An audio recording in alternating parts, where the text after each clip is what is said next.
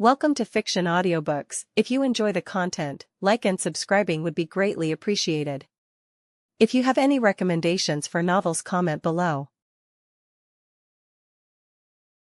Please join my Patreon at https://www.patreon.com/fictionaudiobook. Chapter 207, Visitors. What made Alex laugh was that not only was the boy Riku swimming happily, but a golden Magikarp was swimming happily next to him, circling around Riku. This golden Magikarp was the shiny Magikarp that Alex had seen, the first shiny Pokemon to be captured. Alex thought that since he had found a shiny Pokemon, Riku would train the Magikarp to the maximum so that it could evolve into a powerful and rare red Gyarados. Especially considering that shiny Pokemon are slightly more powerful than normal Pokemon, which would make the red Gyarados slightly more powerful than the already powerful normal Gyarados. But Alex had forgotten that these people didn't even know that Pokemon only had one color, and that shiny Pokemon were very rare. When they learned about Pokemon today, they might have thought that a shiny Pokemon was just like a dog with a different color. It was different because of its parents, and that was all. But when Alex saw Riku swimming happily next to his golden Magikarp, he just smiled and let it go. Riku was only 6 years old, a child who had just started ninja school. This child who would probably lose a large part of his childhood to training to become an assassin deserved to have happy, relaxing moments like this, where he could just swim happily alongside his new friend. The funniest part of this situation for Alex was that Riku, being only a 6-year-old kid, didn't really understand the benefits of paying the Pokemon Alliance monthly fee, and maybe didn't even have the money to pay it, so he just used the one Pokeball he got for free while playing and captured a Magikarp. In a situation like this, Alex didn't know whether to laugh or cry at Riku's luck. Now, he would have to spend a few Poke dollars to buy another Pokeball to catch a Pokemon that would really help him in battle. Alex stopped paying attention to Riku and continued to watch the Uzumaki playing, enjoying the adventures they were having. Seeing how much fun they were having, he also felt that it would be nice to start his journey. Especially since he knew how much fun this world he was making was, how random many things were, which would make the game fun even for him who was making it, because it would also be very challenging, because the game was difficult, and if he didn't use the admin commands, growing up to the Indigo League would be difficult, but fun. So he decided to start in Palette as a normal coach and experience it with the players.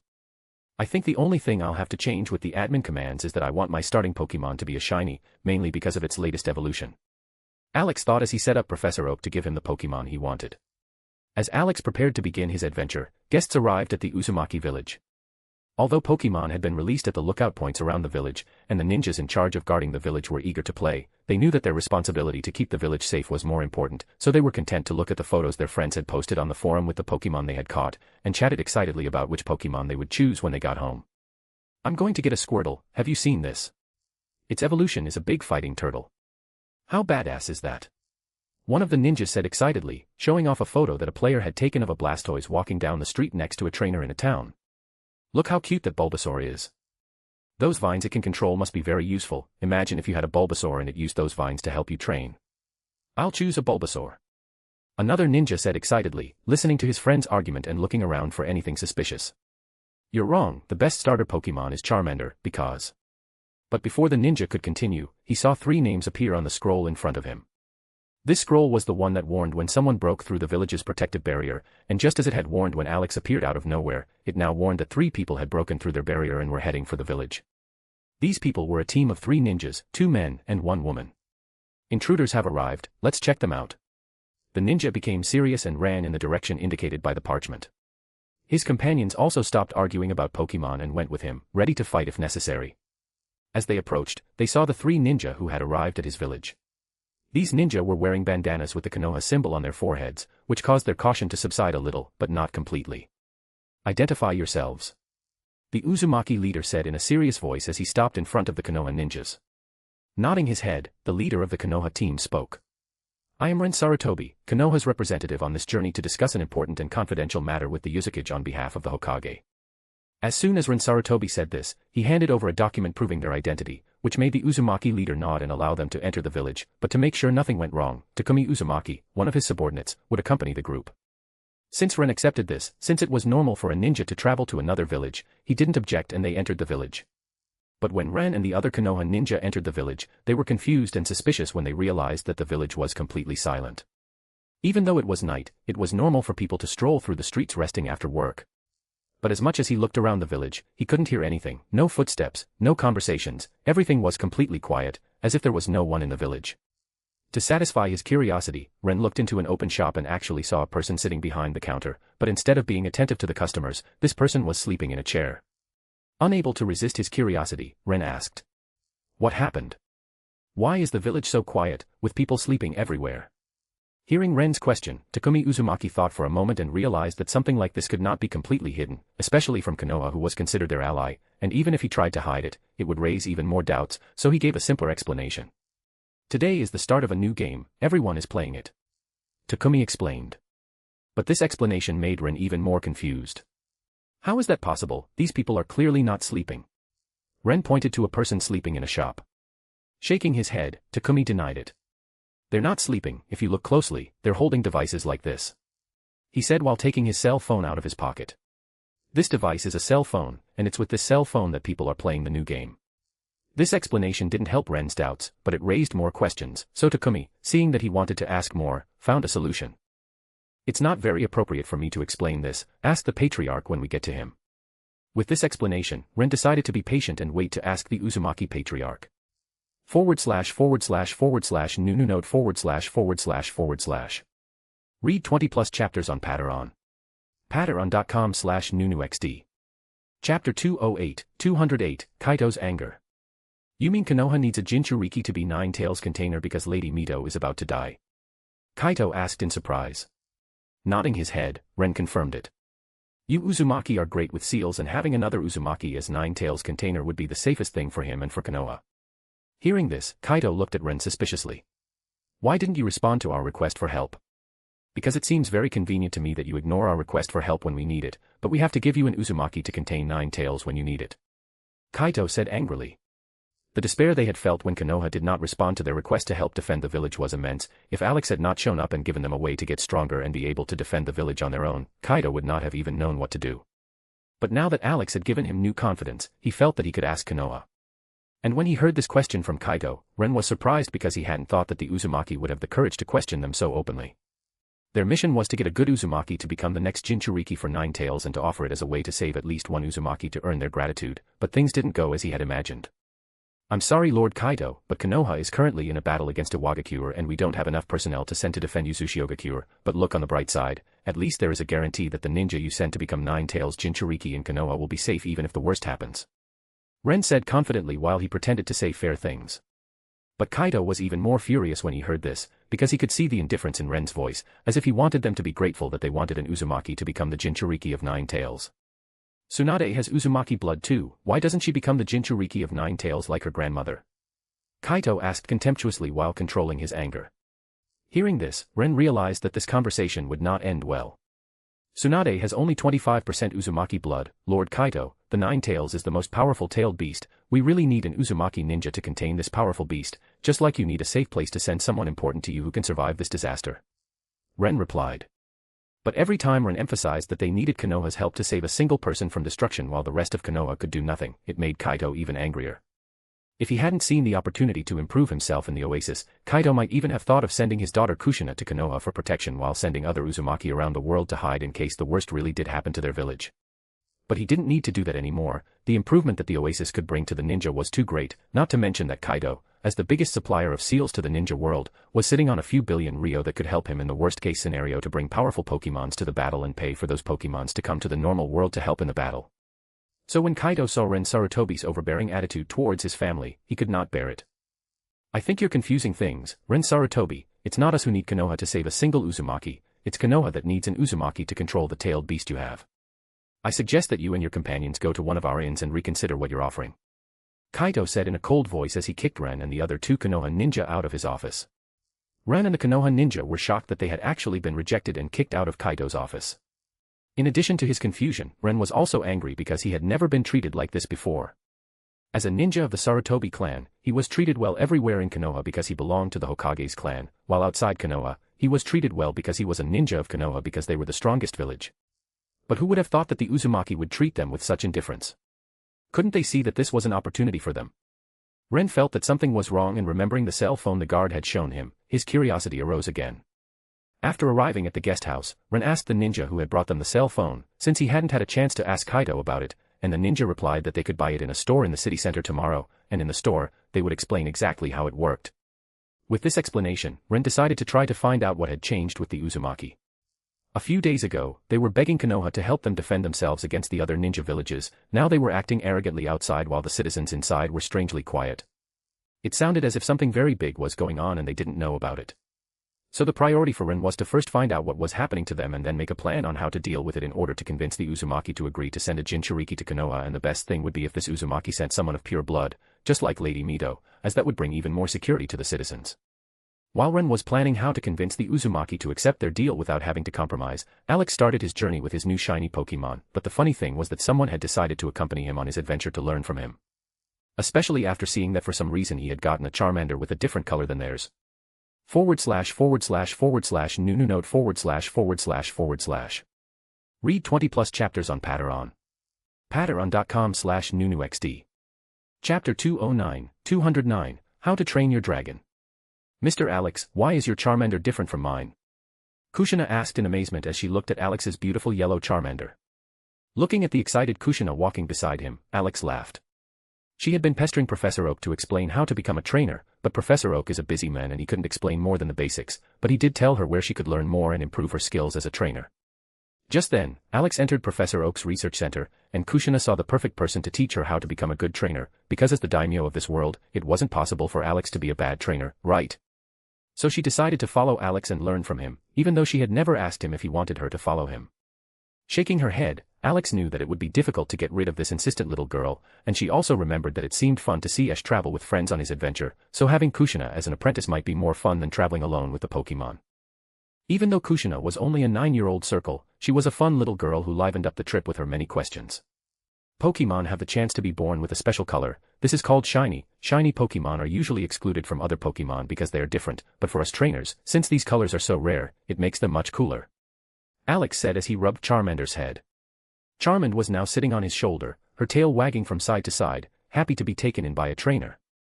What made Charmander like this new trainer even more was when he saw the Pokemon this trainer already had, a Mew. Even though he had never seen a Mew before, Charmander could feel the Mew's aura of kindness, as well as a mystical aura that indicated that this Pokemon, although cute and friendly, had a very powerful power. The coolest thing about his new trainer was that he could understand exactly what it was saying. Just like Sabrina, Alex had purchased the psychic power, which not only allowed him to control things with the power of his mind, but also allowed him to mentally talk to other people or Pokemon. Just as he made the powers of mutants work in some games, and the jutsus of ninjas in Oasis, he also made psychic work in Pokemon, so Charmander, as an extremely realistic AI, was very happy to see his trainer talking to him and understanding everything he said, as if he were a Charmander too. Wow, your Charmander is so cute, she said excitedly. And your Mew, is he here with you? She asked curiously as she looked around. To her surprise, Mew appeared floating in front of her as he stroked her nose and replied. I'm here. In a cute child's voice. Hi, Mew. Kushina replied excitedly. Until she was confused. How is Mew here? Alex replied smiling. We can come to this world through the Oasis, as can Mew as an intelligent creature. Alex had given Mew a cell phone so he could get to the Oasis the same way Bumblebee could.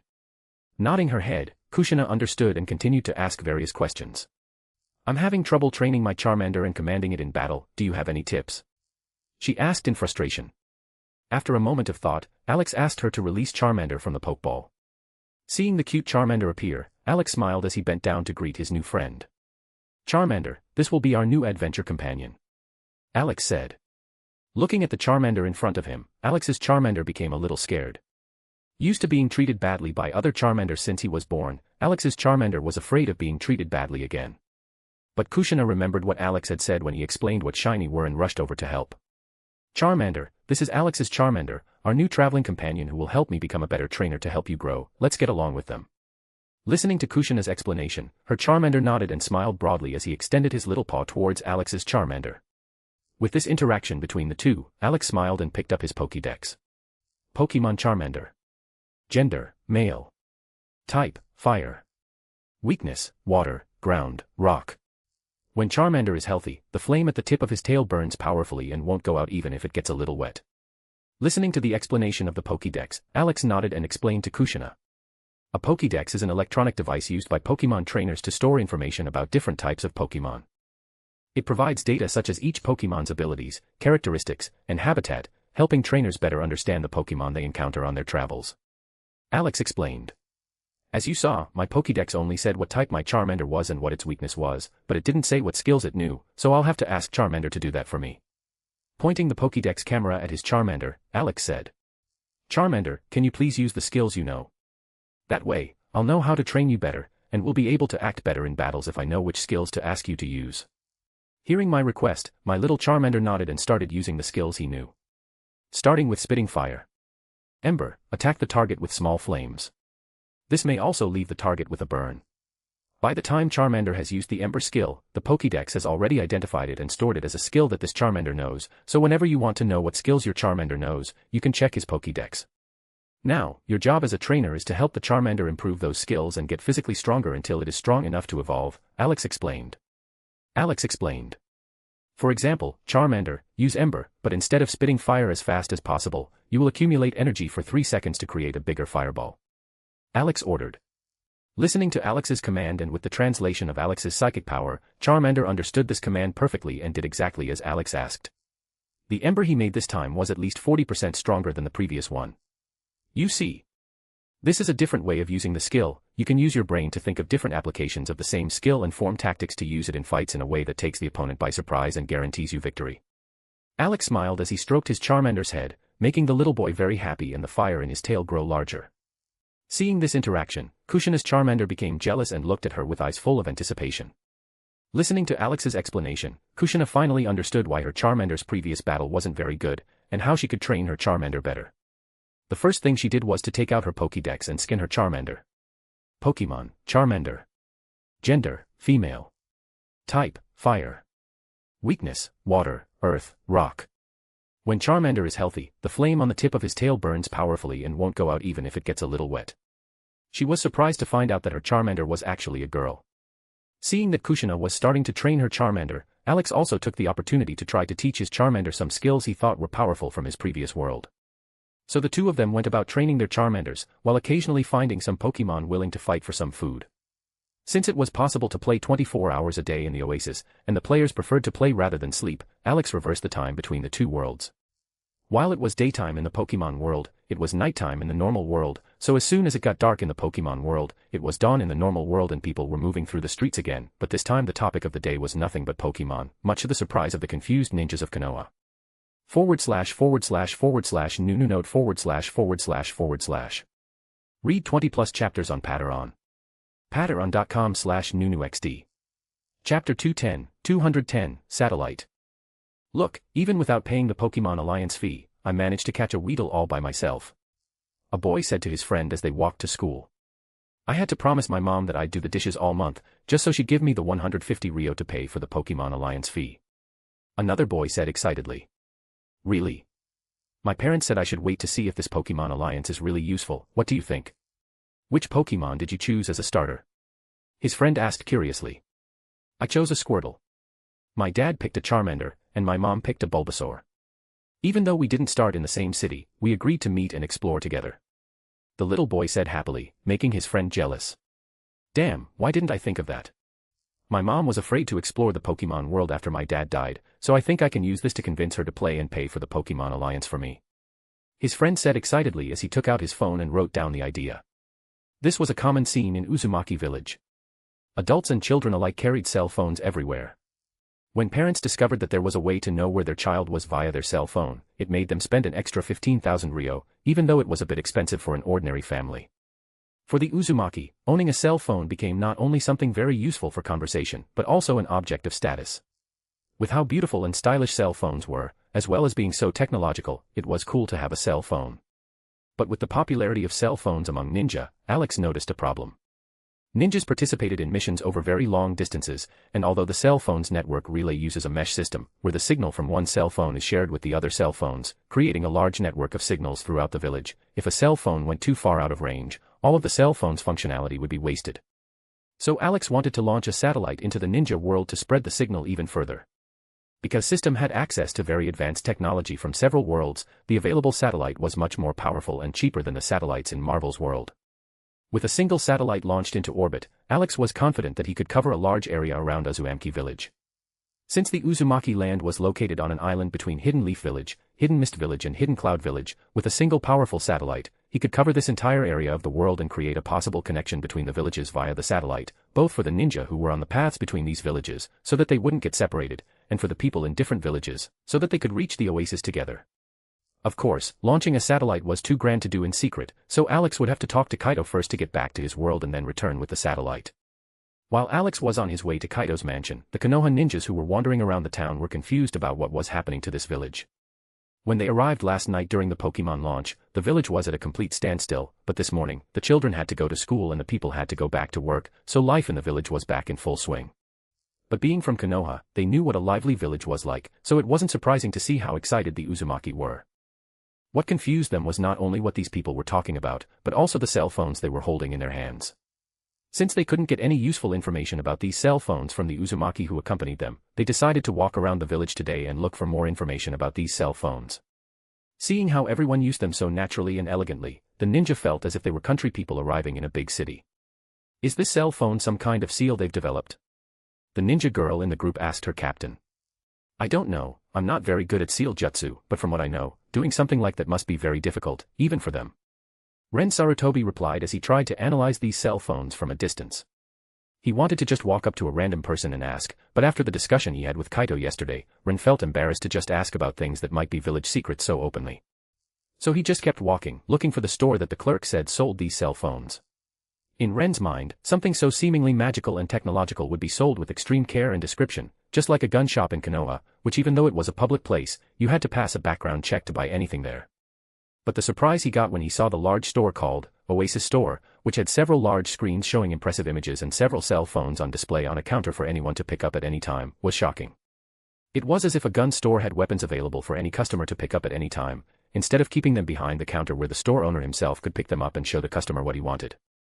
Entering the store, Ren and the other two ninjas who accompanied him were shocked by the place. The large screens showing images of other places were something they had never seen before, in a way they couldn't even imagine. Is that a genjutsu? The ninja girl named Emi Akato was shocked as she looked at the screen showing a scene of a large green field with two summoning beasts fighting in front of two people. This may look like genjutsu, but it's just technology. An attendant approached them and explained. At first, he was confused by the fact that the people still didn't know about cell phones, but when he saw their different hair colors and the bandana with the Konoha symbol, it became clear why they didn't know about cell phones. Technology. How is that possible? Emi asked in shock. Even we don't really know, this shop was opened by the daimyo of the Oasis through a partnership with our daimyo Uzumaki. The attendant explained proudly.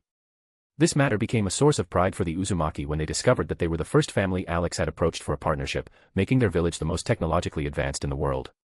Even more so when they saw that even the ninjas of Konoha, the most powerful village in the ninja world, acted like country bumpkins when they came to their village. This ninja felt that he should use this moment to show how incredible they were. To further contribute to this, the ninja said, Mio, can you help me with this? As soon as the attendant said this, the image on the large screen that the Konoha ninjas were so fond of changed to show two people with features that reminded them of Uzumaki. Sure Kenji, hello guests, would you like to know more about the cell phones? Mia said pleasantly. Seeing these two people appear in front of them and not being able to feel anything made the Konoha ninjas go on full alert, because with each passing moment, it seemed more and more like they were in a genjutsu, experiencing things that could never happen in the real world. //////////////// Read 20 plus chapters on Patreon. Patreon.com/nunuxd. Chapter 211, Shock. Confirming that they weren't in a genjutsu, Ren Sarutobi and the Konoha ninja looked at the people in front of them through this large window and didn't know how it worked. You can talk to Mia and Mio, they're citizens of the Oasis and worked for the daimyo there. The attendant explained as he pointed at them. Mia smiled and nodded. Where are you? Why can't I feel you? Ren asked what was bothering him. Smiling, Mio answered. We're in Oasis, thanks to cell phone technology, we can talk even if we're not in the same place. For example, this is my cell phone. Taking his cell phone out of his pocket, Mio pointed to the screen and clicked a few buttons. With my cell phone in hand and just a few clicks, I can instantly communicate with someone else's cell phone. Mio explained. Asterisk ding, ding, ding. As soon as he had finished speaking, a noise came from Kenji, the salesman, which made the Konoha ninja go on alert again. But Kenji was patient and slowly took his cell phone out of his pocket, clicked to answer the call, and changed the image to one from the cell phone camera that Mio was holding. It was all just a virtually generated image, since Mio didn't exist and didn't even have a phone, but because it was connected to the Oasis AI, it was possible to simulate as if they were really on a call. Seeing Mio's face appear on the small device in Kenji's hand, Ren and the two ninjas were completely shocked. Especially Ren, since he was the team leader and a direct subordinate of the Hokage, he could immediately see the usefulness of this device as a means of transmitting information in a war. How far can this thing transmit information? Ren asked. Thinking for a moment, Kenji was about to answer, but Mio was quicker. Currently, the distance is only a few kilometers, but in a few days, it will triangulate the area between Leaf Village, Mist Village, and Cloud Village. Even though Mia said this calmly, these words were like a bomb in Ren's ear. You mean this device would allow me to talk to a person in Konoha in real time while I'm here? Ren asked, confirming that his assumption was correct. Exactly. Mia confirmed with a smile. These words were like a bombshell for Ren and Kenji, who hadn't known about it until now. At that moment, Kenji took out his cell phone and typed this message to Kaito, making sure that Kaito knew about it. What he didn't know was that Kaito knew about it too, because 5 minutes ago Alex had arrived in his office and told him what he wanted to do.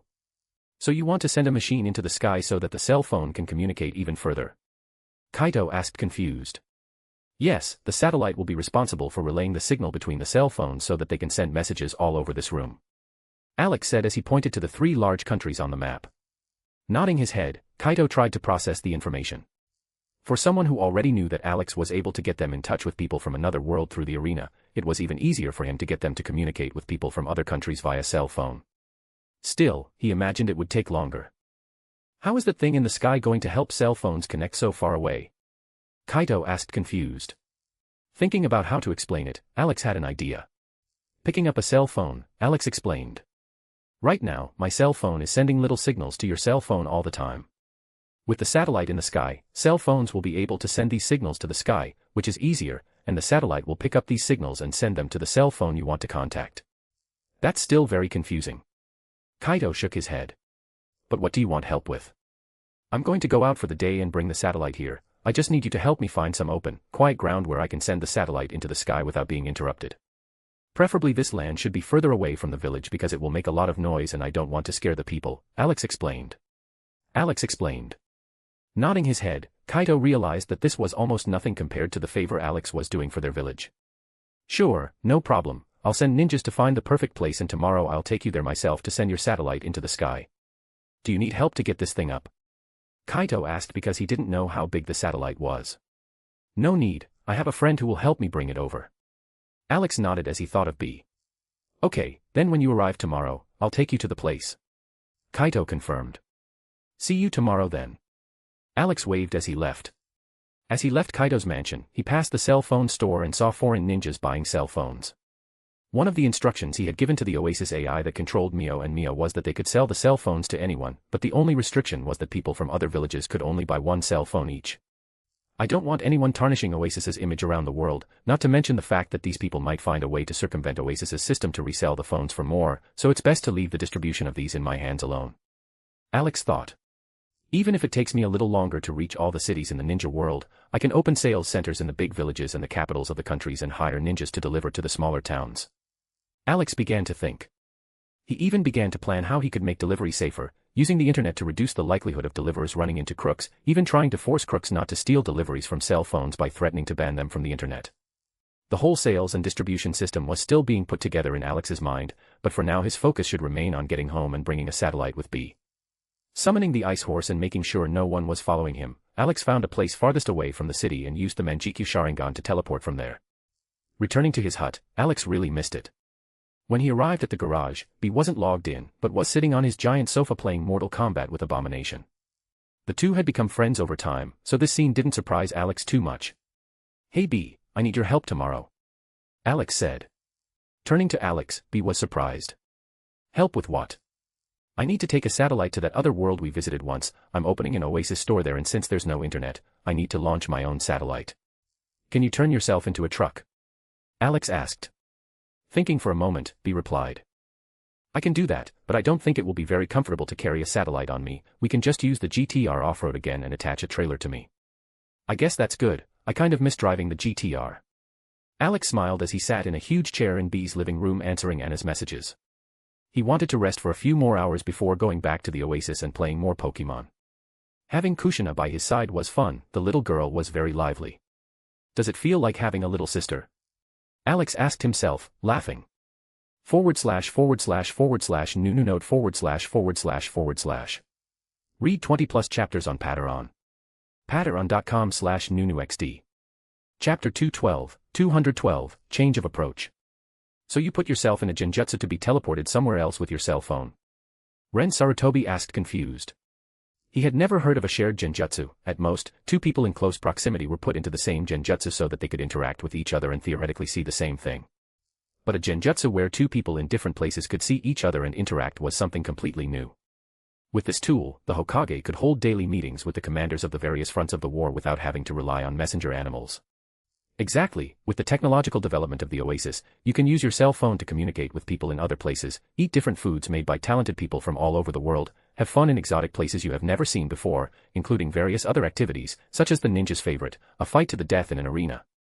Since this is a virtual world, even if you fight another ninja to the death and die in the battle, your body and consciousness will remain intact after the battle, leaving only the experience you gained in that battle. Mia said with a cute smile. But her words were far from sweet to the ears of Ren and the other ninjas of Konoha. Especially the part about the fight to the death. As 3 Jonin of Konoha, they could see how useful this function of the arena was, and if it was really as miraculous as they said, it could improve the strength of a village many times faster. Remembering how Kaito had acted yesterday, Ren began to understand where his confidence came from. With this mobile phone, he could instantly command all the battle fronts, bringing the organization and synchronicity of his village's battle to a whole new level and catching the enemies off guard at any moment. With the training of this arena, he could increase the strength of the Chunin to Special Jonin, from Special Jonin to Normal Jonin, and with such a strong increase coupled with the cell phone communication, what had previously seemed like a losing battle for them was now something they actually had a chance to win. I will have to change the terms of the agreement.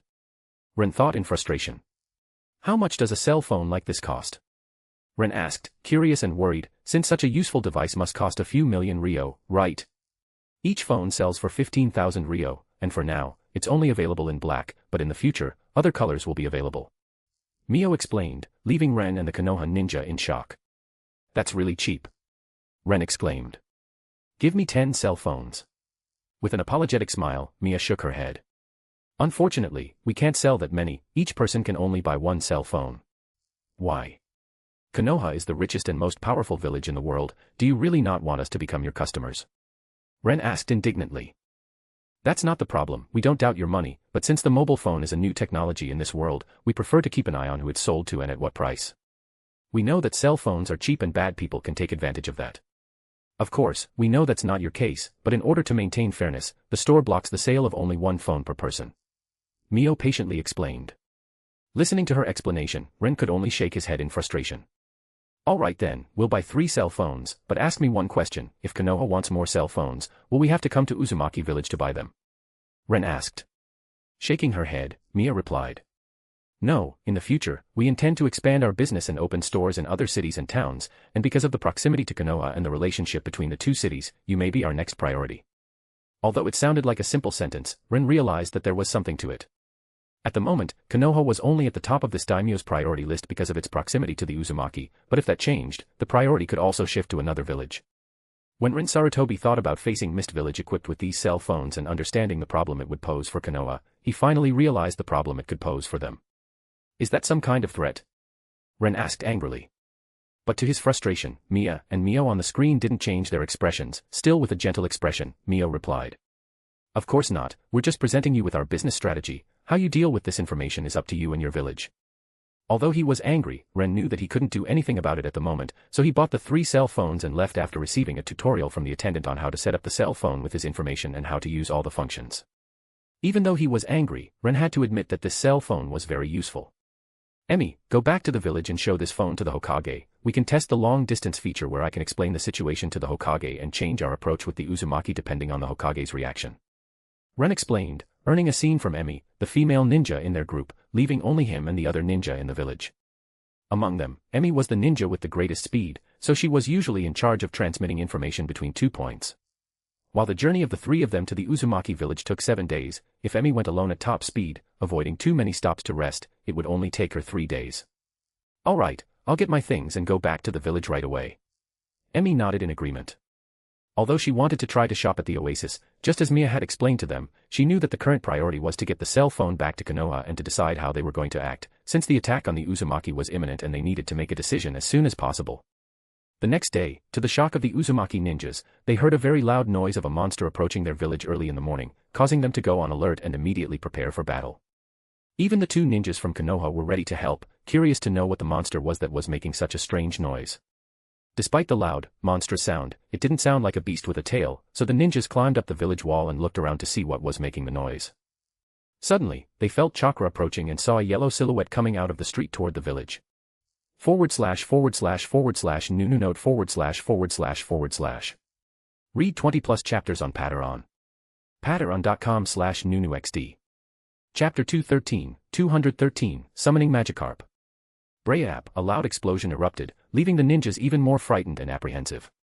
When a yellow outline appeared between the trees, what they saw was completely strange.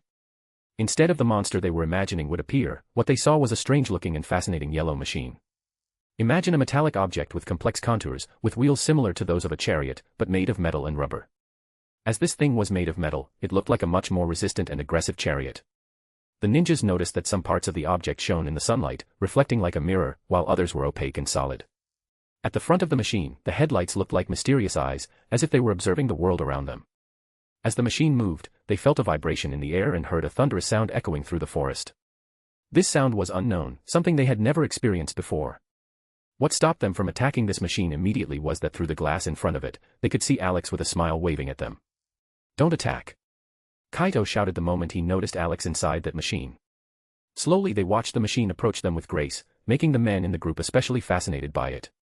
Stopping in front of the villa, Alex opened the car door and smiled at Kaito. "Hey!" Alex waved.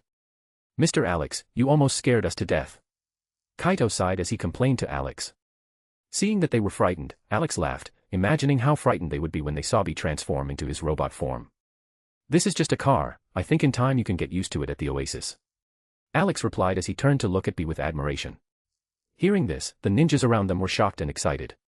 Even Kaito couldn't resist asking. "Will it be possible to buy such a car in the Oasis?" "Yes, it will be available in the future." Alex replied with a smile. The Pokemon world was supposed to have cars, but to keep the ninjas from getting so confused, Alex didn't add them to the game. Seeing how naturally Alex spoke to Kaito, the respect Kaito had for him and the car Alex was driving, combined with the technology that had recently appeared in the village, the Konoha ninjas weren't stupid. "That must be the daimyo of the Oasis." Ren whispered to his companion. "Yeah, he seems cooler than I thought a daimyo would be."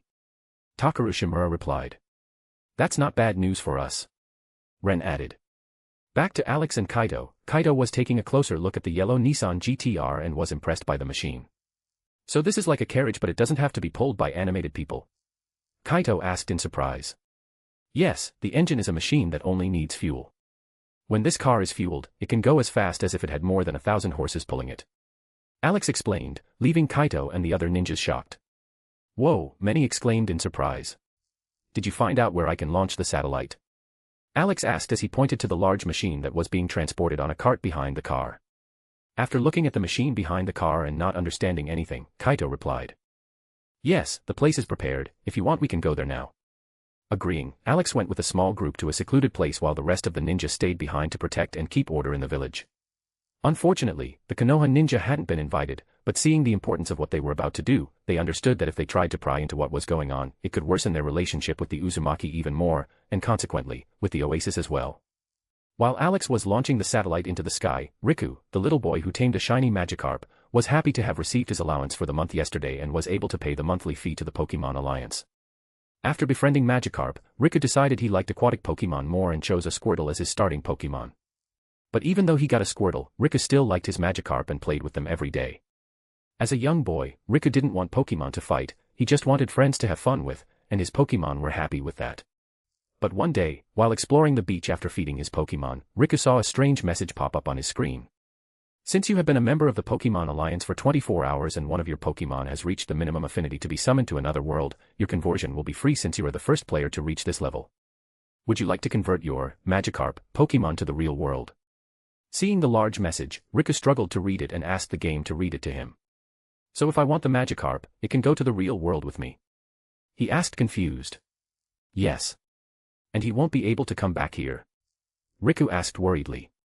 If you leave a cell phone, Magikarp can reconnect to the Pokemon world at any time. But I only have one cell phone. Riku sighed, lost in thought. His pocket money was only 500 Rio, which was already a lot of money for her, but since he had spent 150 Rio for the monthly fee of the Pokemon Alliance, he only had 350 Rio left. If it wasn't free, how much would it cost to bring Magikarp to my house? Riku asked, confused. According to Magikarp's current strength and talent, the cost would be 1.5 million Rio. Hearing this huge figure, Riku was completely shocked. I want to bring Magikarp into the real world. Riku said without thinking twice. Considering how expensive it would be if he couldn't bring Magikarp into the real world because he didn't have 15,000 for the cell phone, the worst he could do was wait a few months with his allowance and buy another cell phone, or use his mother's cell phone when she wasn't using it. As soon as Riku confirmed this, the Magikarp next to him disappeared. Scared, Riku quickly disconnected from the Pokemon, and when he returned to the real world, his Magikarp from the game magically appeared in the real world. But Riku wasn't the only one who saw this. His mother, who was also at the oasis, heard a strange noise in the house and was shocked by what she saw.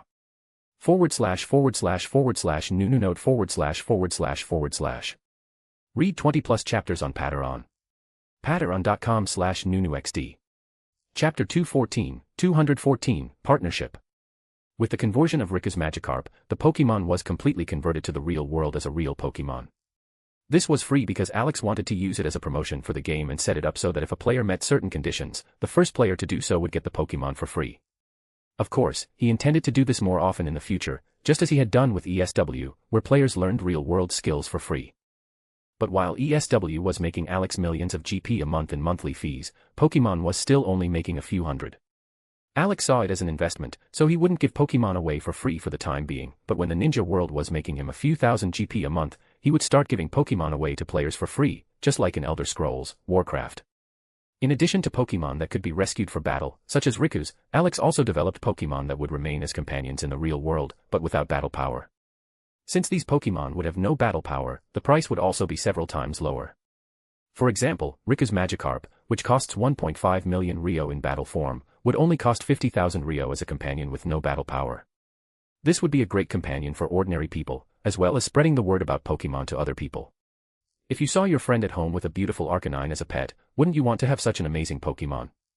Alex often analyzed people's mentality and how he could benefit from it, and Riku was the first case of analysis in this world with Pokemon. Riku, what is it? His mother shouted, frightened and worried. Looking at his mother and the golden Magikarp jumping to the ground, Riku finally realized the problem he was in. Mom, help me get a bowl of water to put the Magikarp in. Riku shouted, worried that the Magikarp would die without water. Though scared and confused, his mother also felt sorry for the goldfish struggling on the floor, and ran out to the backyard to get a bowl of water to put the fish in. Unlike normal fish, Magikarp was very large, so even though it was a large bowl, the Pokemon was still cramped in there and couldn't move much. Because of its size, when Magikarp moved around in the bowl, water would leak out and soak the whole living room of their house, so Riku's mother picked up the bowl and took it to the backyard, where it would no longer soak her house. But to her surprise, when she came out with the bowl and Riku by her side, a passerby saw her holding a bowl with a Magikarp in it and was shocked. My God, is that a Magikarp? The person shouted excitedly. Hearing this person scream, other curious people came closer to see. Soon, dozens of people were standing in front of Riku and his mother's house, surprised to see the real Magikarp. Naomi, how did you get a real Pokemon? Did you find it in the wild? A neighbor asked in surprise. This neighbor was a big Pokemon fan who played all the time, so when she saw that her neighbor, Naomi, had a Pokemon in the real world, she became very excited. Pokemon? Is that fish a Pokemon? She asked confused. Yes Mom, it's Magikarp, my favorite Pokemon. Riku explained laughing. I haven't played Pokemon yet, I was running around the oasis for so long that I didn't have time to see any Pokemon. Naomi explained a little embarrassed. Then how did you get this Pokemon? The neighbor asked something that the other people around also wanted to know. I didn't get it, it was Riku who made that Pokemon appear out of nowhere in the living room of our house. When she said this, everyone looked at Riku, waiting for his answer. With everyone's attention on him, Riku, who was still a small child, was a little embarrassed, but he explained what had happened to him so that the Magikarp could be summoned into the real world. Thank you very much. Kaito thanked the Umbu ninja who had just said something in his ear. Invite Riku and Naomi to my office later. Yes, sir. The Umbu ninja replied before disappearing. Hearing Kaito talk about Riku, Alex laughed and wondered what had happened. Riku called his Magikarp. Surprised, Kaido looked at Alex and wondered how he knew that, but when he remembered that the Pokemon world and the Oasis belonged to Alex, it made sense that he knew what was going on there. Yes, it's causing a stir in the village because everyone wants to see Pokemon in the real world, even if it's just a Magikarp. Kaito replied. Just a Magikarp. Haha. Alex laughed without much explanation. But with Kaito's sharp mind, he realized from what Alex said that maybe the Magikarp wasn't just a useless fish like people thought. There were people who caught Magikarps these days, but when they saw that the fish was extremely weak, they just gave up on catching it and posted on the forum how useless this Pokemon was. People were even saying that Magikarp was the most useless Pokemon in the game, but from Alex's reaction, that didn't seem to be true. Surprised by this, Kaito made a mental note to study Magikarp further and see if there was anything special about it. Only Alex knew that Magikarp was probably the best value for money Pokemon, being probably the cheapest Pokemon, and that when it evolved, it would have elite Jonin strength, or even Jonin directly, skipping the Chunin phase. But the difficulty of evolving a Magikarp was also phenomenal, so the reward was proportional to the risk of capturing a Magikarp and never evolving it. So now all you have to do is push a button and this thing will fly into the sky until it leaves the planet. Kaito asked confused as he looked at the satellite set up in front of them. Yes, after that the cell phone signal will reach different parts of the world, which will speed up the expansion of my stores. How about it, do you want to go into business with me? Alex asked with a smile.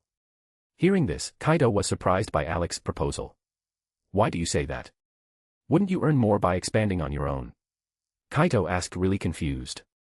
So far, I've only worked with you, but your family probably has shops all over the ninja world, right? My focus is not only on the big villages, but I also want to focus on the capitals and big cities around the world. Cell phones won't just be for ninjas, Alex explained. Alex explained, causing Kaito's eyes to widen. Considering how useful cell phones were, he was sure that normal people would be extremely interested in this thing, and considering how much money Alex could make with it, Kaito was shocked. All right, there are some big cities nearby that we can help you with. Kaito accepted.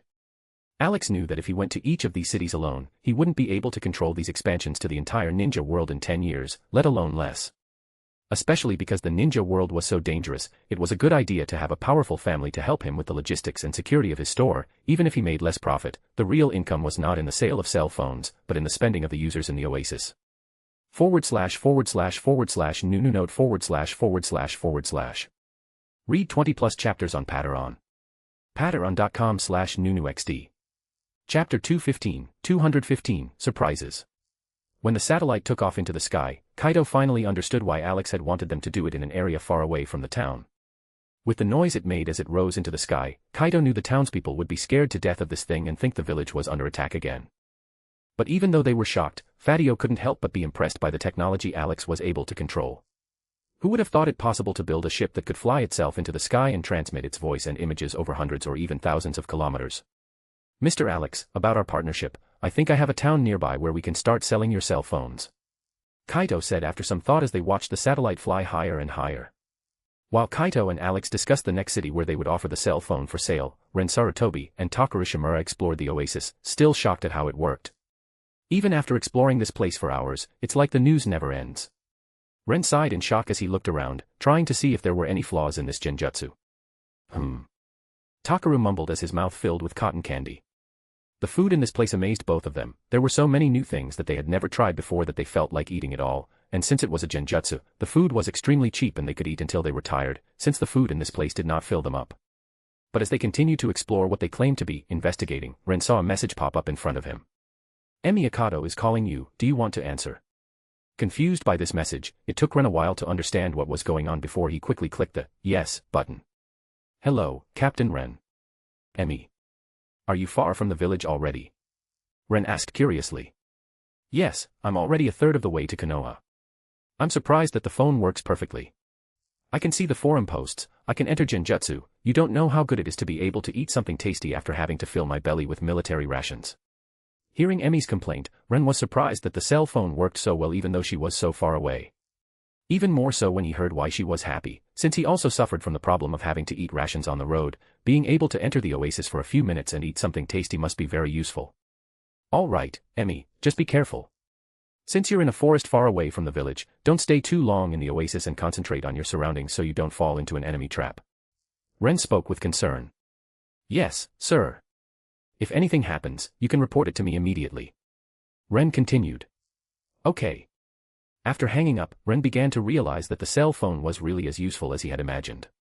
If Emmy wanted to tell him this kind of thing, she would have to use a summoned animal, where she would place a scroll on the animal. He would have to know how to summon the animal, so that only at a certain time he would summon the animal and transmit the information. But with the cell phone it was as if they were face to face.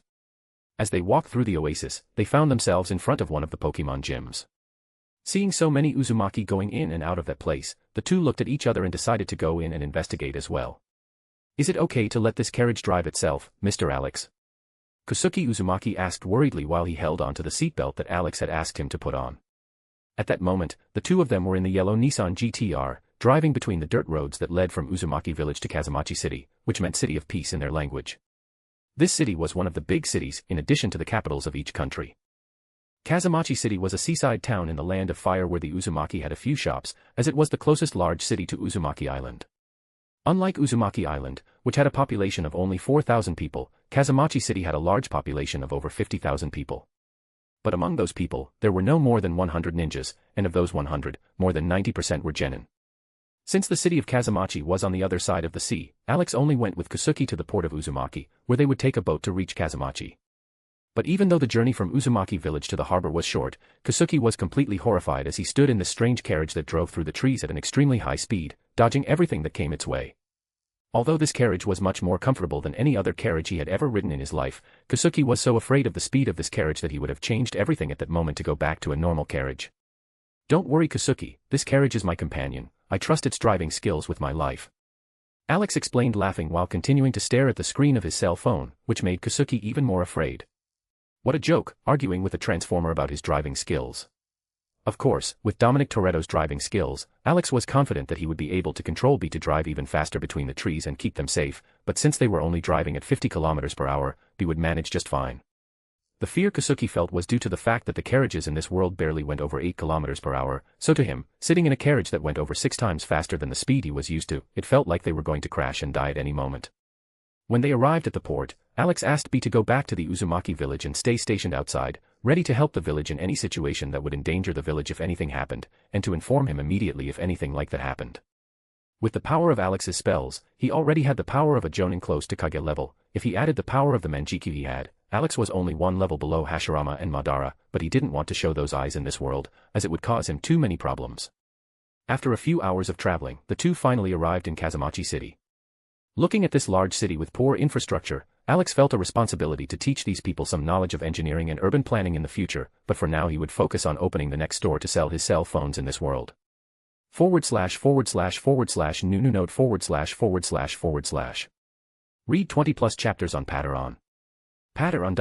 ///////////////////////////////////////////////////////////////////////////////////////////////////////////////////////// Chapter 216, 216, Magic Shop. Arriving in a non-ninja town is a completely different experience than arriving in a ninja village. Although the anime makes it seem like ninjas are extremely common, ninjas are the elite of the elite. Konoha is an example of this, a city with a population of hundreds of thousands, where fans speculate that it probably has around 400,000 people, only has around 20 to 40,000 ninjas. Considering that Konoha is like the center of ninja talent, if it was a normal city like Kazamachi where Alex was now, instead of only 5 to 10% of the population being ninja like Konoha, having 2% of the population born with chakra talent is already very good. This means that in a city like Kazamachi, with a population of around 50,000, security would be provided mostly by genin, which would be good enough to protect ordinary people, but any ninja would be enough to cause chaos in the city. Entering the city with his Uzumaki companion, Alex didn't hide B this time and entered the city in the yellow GTR. Everywhere they went, curious townspeople stared in shock, trying to figure out what it was. Even though they saw the wheels and assumed it was a carriage, the noise the engine made many people think there was a monster trapped inside the carriage and driving it. Alex even asked B to tone down the roar of the engine a bit, not to scare people, but just to keep it at a level that would pique their curiosity.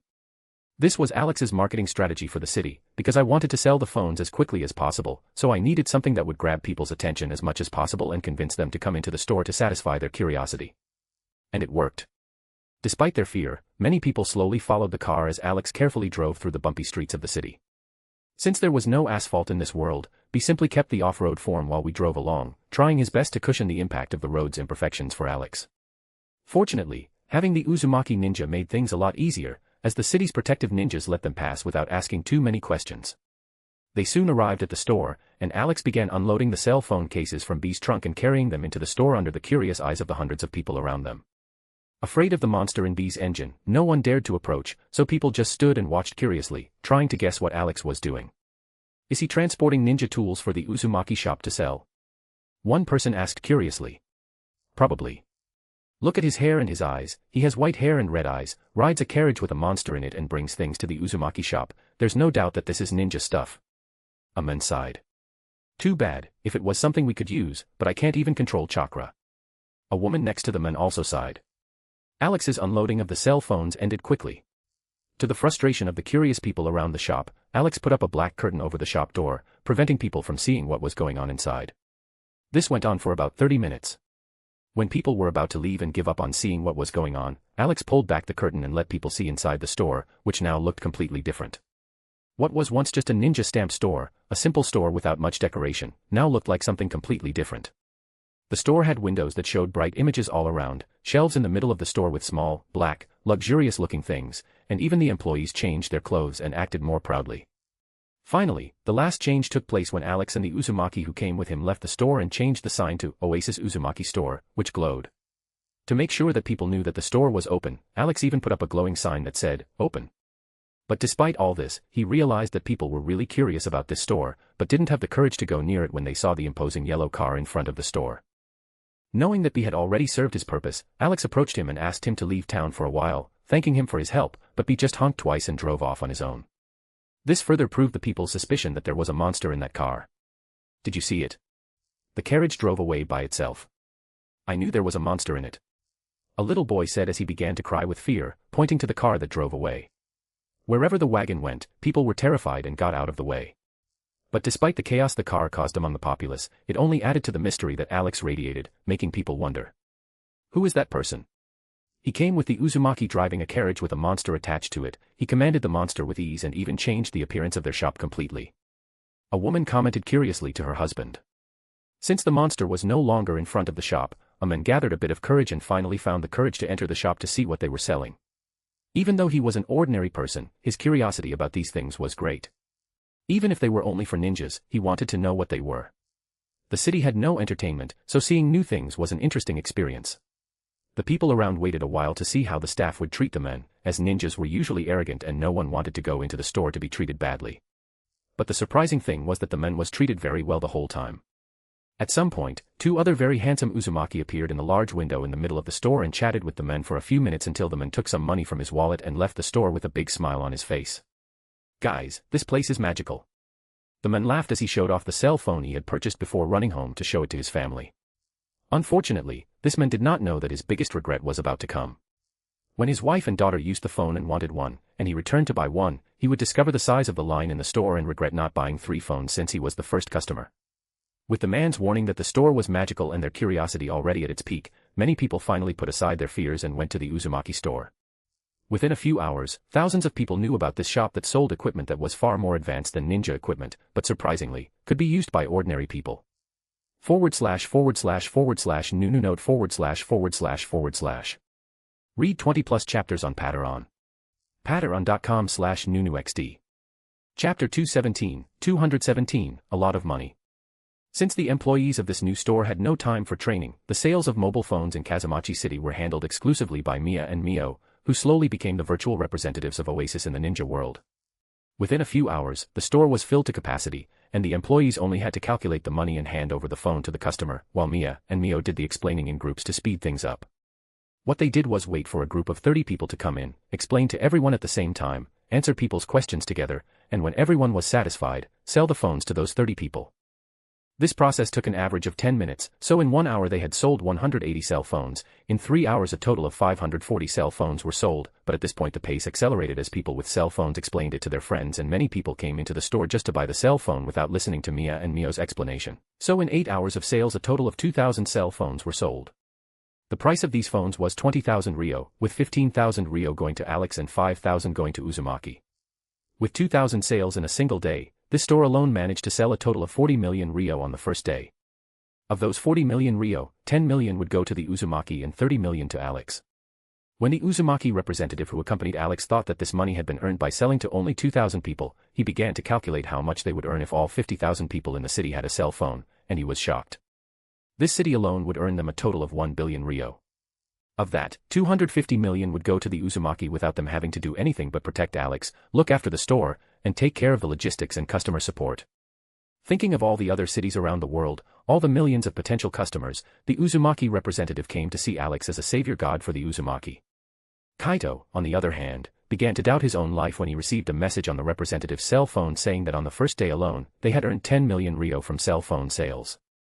In just one day of helping Alex open the store and selling cell phones, they made more money than in a week of missions and selling scrolls around the world. If this continued, Kaito could see the army of Pokemon they would have to fight the invaders without fear. Kazuki, I have 2 missions for all of you. Kaito said in a serious tone, causing Kazuki, the leader of the Umbu who had received the Charmander from Alex, to appear in front of him. Yes, sir. Kazuki replied. Now that the money is coming into the village, I have 2 missions that you must strictly fulfill. The first mission is that I want a team of ninjas ready to help Alex to open shops all over the world safely and carefully. That's our top priority. Kaito said.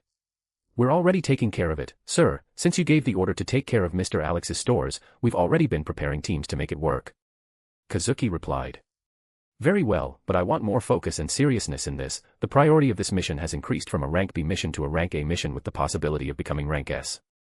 Kaito explained and let Kazuki understand the seriousness of it. Yes, sir. Kazuki replied seriously. The second mission is that I want you to focus in the Pokemon world on finding Pokemons with powerful talents that complement each other. In the near future, each Umbu ninja will be able to rescue 1 genin Pokemon for the real world. Also, choose 2 other people with talents in Pokemon training, so that the 4 of us can train 1 Pokemon each to the final evolution to reach the Jonin level, and then we can summon those Pokemons to the real world. Kaito explained seriously. Are you sure, Lord Kaito? The price of Pokemon Jonin is very high, the family savings will be empty after that. Kazuki tried to advise. Don't worry, we still have a few billion ryo saved up and in the future, more ryo will come into the family. It's better for us to spend that money, survive the coming disaster and then make more money than to save it and leave it to the looters who will come later. Kaito explained seriously, which made Kazuki nod. Yes sir. Kazuki replied. What is the difference in the speed of training a Pokemon in the real world and the Pokemon world? Kaito asked as he looked at the Pokeball on Kazuki's waist. Kazuki also looked at his waist and answered. I noticed that Pokemons grow about 4 times faster in the Pokemon world than in the real world. But that doesn't affect the potential of the Pokemon, just the difference in environment, as if they went from a place rich in chakra to a place with little chakra. Nodding his head, Kaito understood Kazuki's explanation. Buying a Pokemon at its first evolution is more economical in the long run, but to train Pokemons as quickly as possible, the best way is within the Pokemon world, so he already saw what his focus would be in the future. He would try to raise the level of Pokemon in the Pokemon world until they were almost evolved, then he would summon those Pokemon while they were still genin, even if the price went up a bit compared to newly captured low-level Pokemon, the difference wasn't that great, then he would evolve those Pokemon into Chunin in the real world and train those Pokemon to slowly become Jonin in the future, thus maximizing the training speed of those Pokemon and ensuring that their strength wasn't low. Of course, this is only for Ninja Umbu, for children who graduate from high school with great potential. He would fund newborn Pokemon with similar strength to the children, who would go on missions with the children and create bonds of friendship so that the two could grow together and earn money together. Trying to make the Pokemon economy as sustainable as possible. While Kaito was making these plans for Pokemon, there was a very clever little girl who found the place where her father kept his personal money and took a hidden portion of it to summon her Pokemon into the real world. /////////////// Read 20+ chapters on Patreon. Patreon.com/nunuxd. Chapter 218, Breaking Boundaries. On the second day that the Pokemon store in Kazamachi City opened, sales rose to an incredible 3,000 units. And it was only 3,000 because it was impossible to sell more than that with just one store.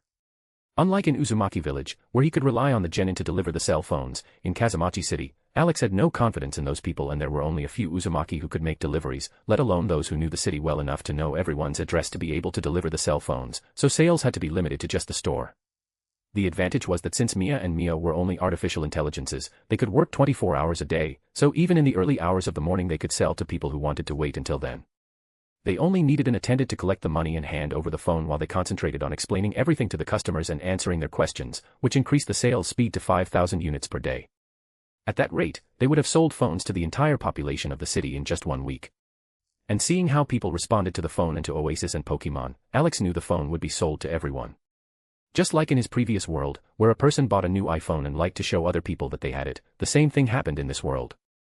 When a person walked into a restaurant and put their cell phone on the table, everyone around them would be shocked and surprised by it, boosting the ego of the person who bought it and making it a luxury item for them.